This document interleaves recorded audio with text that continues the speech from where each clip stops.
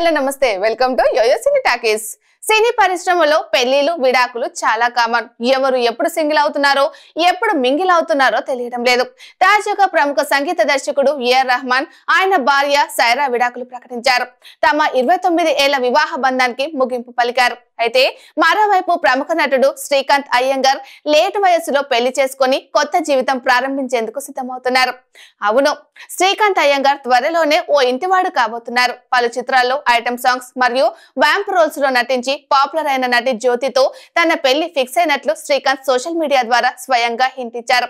ప్రస్తుతం టాలీవుడ్ లో ఉన్న మోస్ట్ పాపులర్ క్యారెక్టర్ ఆర్టిస్టులలో శ్రీకాంత్ అయ్యంగార్ ఒకరు.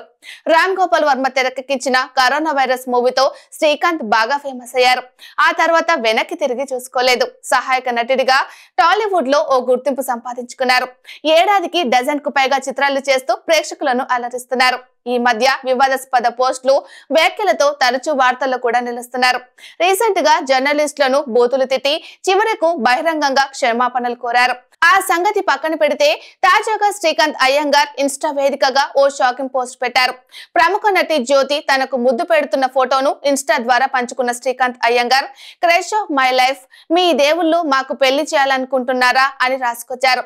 దీంతో ఈ పోస్ట్ ఇప్పుడు సామాజిక మాధ్యమాల్లో సెన్సేషనల్ క్రియేట్ చేస్తుంది.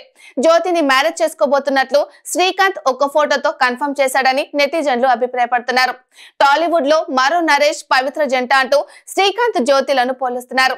మరి వీరి వ్యవహారం ఎక్కడి వరకు వెళ్తుందో చూడాలి మరి.